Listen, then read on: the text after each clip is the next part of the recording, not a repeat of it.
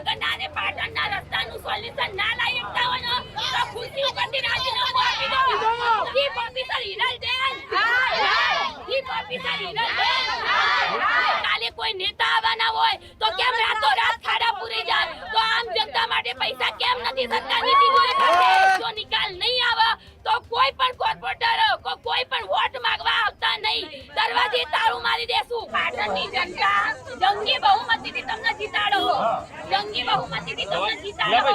તો પાટણની જનતાએ તમારા પર વિશ્વાસ રાખ્યો તો કેમ તમે નિર્મળનગર જોવા આજ સુધી નહીં આયા? દુઃખની વાત એ છે કે જ્યારે બેનો રજૂઆત કરવા માટે ગઈ ત્યારે ચીફ ઓફિસરનું વર્તન, હસવાનું, એમને કોઈ જવાબ નહીં આપવાના, એમને સાંભળવાના નહીં. પીવાના પાણીની અંદર ગટરનું પાણી મિક્સ થાય છે. એટલા માટે આજે મેં મારા ખર્ચે મારા મિત્ર પાસેથી વેટ મિક્સ અને જે ચોર્યું રેતીનું હોય એ મંગાવી અને નગરપાલિકાનું જેસીબી મંગાવી અને જે હાલ પૂરતી સમસ્યાનો હલ થાય એ માટે પ્રયાસ કર્યા છે. આ બાબતે હું મંગળવારે મુખ્યમંત્રીશ્રીને અને શહેરી વિકાસ મંત્રીશ્રીને પણ મળવાનો છું. 10 દિવસની અંદર આ કામ શરૂ નહીં થાય તો જ્યાં સુધી આ શરૂ કામ નહીં થાય ત્યાં સુધી હું જીયુડીસીની ઓફિસની અંદર ભૂખ હડતાલ કરવા. પાટણમાં સ્થાનિકોએ હોબાળો મચાવ્યો છે.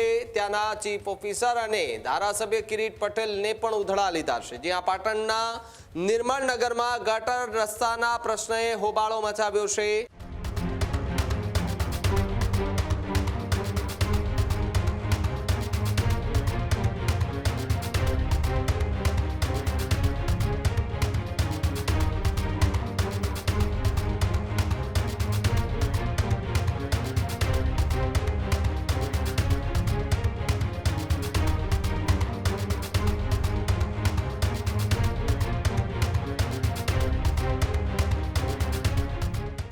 મહિલાઓએ ચીફ ઓફિસર હાય હાયના નારા લગાવ્યા. સભ્ય પોતે ત્યાં હાજર હતા ત્યારે સ્થાનિકોએ ધારાસભ્ય કિરીટ પટેલને પણ ખખડાવી નાખ્યા છે. 5 વર્ષથી ગટરના પાણી રસ્તા પર વહેતાનો આક્ષેપ છે. ચોમાસામાં વિસ્તારના રહીશોમાં ભારે હાલાકીનો સામનો કરવો પડી રહ્યો છે. જ્યારે બાળકોને શાળાએ જવામાં મુશ્કેલી પડતી હોવાની વાત છે. વારંવાર રજૂઆત કર્યા છતાં કાર્યવાહી ન થયાનો પણ આક્ષેપ છે. જ્યાં 17 કરોડના રોડ મંજૂર થયા છતાં પણ કામ શરૂ ન થયાનો દાવો કરાયો. જ્યાં પમ્પિંગ સ્ટેશન હોવા છતાં મશીનરી જે છે તે કાર્યરત ન હોવાની વાત છે. મોટા નેતાઓ આવે ત્યારે જ રસ્તાઓ બનતા હોવાની વાત સ્થાનિક મહિલાઓએ કરી છે. ધારાસભ્ય કિરીટ પટેલ સ્થળ પર પહોંચ્યા. ધારાસભ્યએ પરિસ્થિતિનું નિરીક્ષણ પણ કર્યું. 10 દિવસમાં ઉકેલ નહીં આવે તો ભૂખ હડતાલની ચીમકી આપતા સ્થાનિક લોકો જે છે તે જોવા મળ્યા હતા.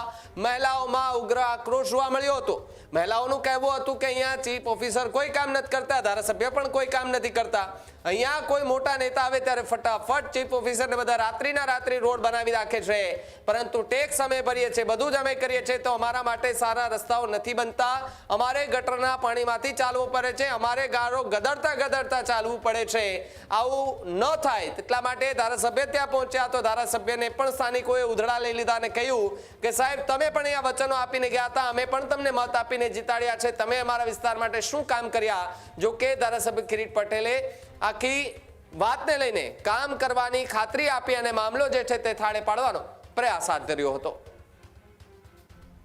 હિરલબેનના કે જો નિર્મળનગરના અને પાટણના રસ્તાનું સોલ્યુશન ના લાવી શકતા હોય ને તો ખુરશી ઉપરથી રાજીનામું આપી દો. નારી શક્તિ જિંદાબાદ, નારી શક્તિ જિંદાબાદ. Chief officer Hiralben, chief officer Hiralben,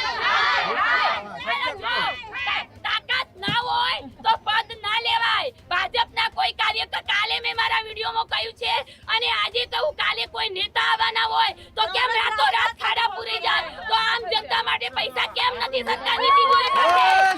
આ મારી નમ્ર વિનંતી છે કે નિર્મળનગરનો રસ્તો જો નિકાલ નહીં આવે તો કોઈ પણ કોર્પોરેટર કોઈ પણ વોટ માંગવા આવતા નહીં. દરવાજે તાળું મારી દેશું. કોઈ પણ સભ્યનો અંદર જઈ આવે નહીં. લા ઉભા રહો યાર બધા વચ્ચે. બરાબર, એટલે હાલ ટેમ્પરરી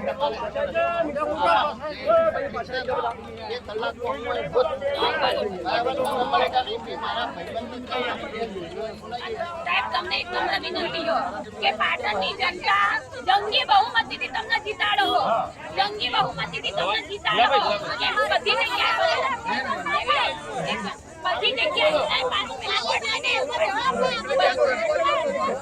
ઓ ભાઈ. ભાજપ આવો તો પાટણની સીટ ઉપર કોંગ્રેસ આવો તો પાટણની જનતાએ તમારા ઉપર વિશ્વાસ રાખ્યો હો તો કેમ તમે નિર્મલનગર જોવા આજ સુધી નહીં આયા? તો સાહેબ,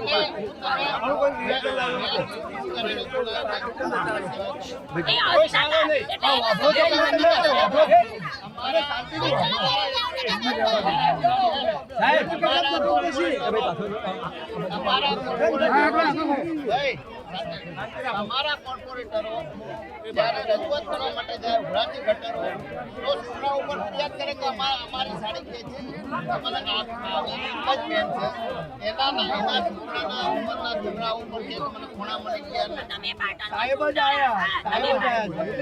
પાટણમાં ચૂંટાણા પાટણની જનતા તમને બહુમતીથી લાવવા હોય દર વર્ષે તો આજ સુધી તમે નિર્મલનગરનો રોડ જોવા કેમ નહીં આવ્યા સાહેબ?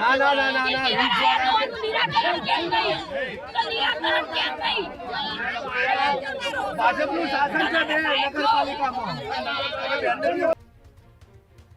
સામાન્ય વરસાદથી પાટણની જનતાની શું પરિસ્થિતિ છે એ મીડિયાની અંદર પણ અહેવાલ પ્રસિદ્ધ થયા છે. સતત મીડિયા જાગૃત રહી અને આ બાબત એ સરકાર સુધી પહોંચાડી છે. પરંતુ ગઈકાલે નિર્મલનગર સોસાયટી અને આજુબાજુના રહીશોની જે ફરિયાદ હતી, સૌથી પહેલાં તો આ વિસ્તારના રહીશો અને બહેનોને અભિનંદન આપીશ કે એમને પોતાના અધિકાર પોતાના હક માટે જે રજૂઆતો કરી, મેં મીડિયાના માધ્યમથી આ વાત જોઈ. પરંતુ દુઃખની વાત એ છે કે જ્યારે બહેનો રજૂઆત કરવા માટે ગઈ ત્યારે ચીફ ઓફિસરનું વર્તન, હસવાનું, એમને કોઈ જવાબ નહીં આપવાના, એમને સાંભળવાના નહીં. એના લીધે આજે અમે અમારા વિસ્તારના કોર્પોરેટરો અને અગ્રણીઓ સાથે આ વિસ્તારની મુલાકાત લીધી છે. ખરેખર બહુ ગંભીર બાબત છે. જે ગટરની અંદર પીવાનું પાણી એ પીવાના પાણીની અંદર ગટરનું પાણી મિક્સ થાય છે. આ જોવાની જવાબદારી એ આરોગ્ય વિભાગની પણ છે. આરોગ્ય વિભાગને પણ હું અધિકારીને ફોન કરું છું અને લોકો જઈ શકે, બાળકો સ્કૂલમાં ના જઈ શકે એવી પરિસ્થિતિ છે. એટલા માટે આજે મેં મારા ખર્ચે મારા મિત્ર પાસેથી વેટ મિક્સ અને જે ચોર્યું રેતીનું હોય એ મંગાવી અને નગરપાલિકાનું જેસીબી મંગાવી અને જે હાલ પૂરતી સમસ્યાનો હલ થાય એ માટે પ્રયાસ કર્યા છે. એક અઠવાડિયાની અંદર આ પમ્પિંગ સ્ટેશન ચાલુ થાય, નહીં થાય તો અમે નગરપાલિકા કે જીયુડીસીની ઓફિસમાં જઈ અને ધરણા કરીશું. પરંતુ જે 9 મહિનાથી બહુચર માતાનું જે પમ્પિંગ સ્ટેશન છે એની રાઇઝિંગ પાઇપ એ તૂટી ગઈ છે.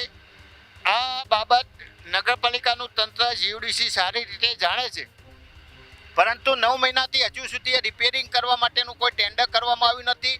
માત્ર ટોપીઓ પહેરી અને બાબલાઓને લઈ અને ફરવાથી પાટણની જનતાનો સમસ્યા ના આવે. પાટણની જનતા હવે જાગૃત બની છે. આ બાબતે હું મંગળવારે મુખ્યમંત્રીશ્રીને અને શહેરી વિકાસ મંત્રીશ્રીને પણ મળવાનો છું. ચોમાસું છે, હું સમજુ છું કે ચોમાસાની અંદર કામ ના થઈ શકે, પરંતુ 1 અઠવાડિયા કે 10 દિવસની મહેનત આપીશું અને એ 10 દિવસની અંદર આ કામ શરૂ નહીં થાય તો જ્યાં સુધી આ શરૂ કામ નહીં થાય ત્યાં સુધી હું જીયુડીસીની ઓફિસની અંદર ભૂખ હડતાલ કરવા. ખેડૂત ભાઈઓ છે ખેતરમાં ડ્રોન ઉડાવતા હોય છે ત્યારે આપણે એક પ્રશ્ન સતાવતો હોય છે કે જે આપણે અત્યાર સુધી જીપીએસ ટેકનોલોજીવાળા ડ્રોન વાપર્યા છે, જેથી કરીને મોબાઈલ ટાવર છે અથવા તો હાઈ ટેન્શન લાઇન પસાર થતી હોય, કોઈ વૃક્ષો હોય, ત્યારે જે જીપીએસ ટેકનોલોજીવાળા ડ્રોન છે એમાં ટકરાય અને ટ્રેસ થાય છે. પણ એગ્રીઓન લાવ્યું છે GNSS ટેકનોલોજી ડ્રોન, જેથી કરીને એ ડ્રોન છે એ કોઈ જગ્યાએ ટકરાય નહીં, પોતાની રીતે જ ડિસિઝન લે છે અને મૂવ થઈ જાય છે. જેથી કરીને GNSS ટેકનોલોજી ડ્રોન છે એ વાપરવાનો આગ્રહ રાખો. હજુ સુધી તમે અમારી ચેનલને સબસ્ક્રાઇબ નથી કરી તો અત્યારે જ ન્યૂઝરૂમ ગુજરાતને સબસ્ક્રાઇબ કરો, ફેસબુક અને ઇન્સ્ટાગ્રામ પર ફોલો કરો.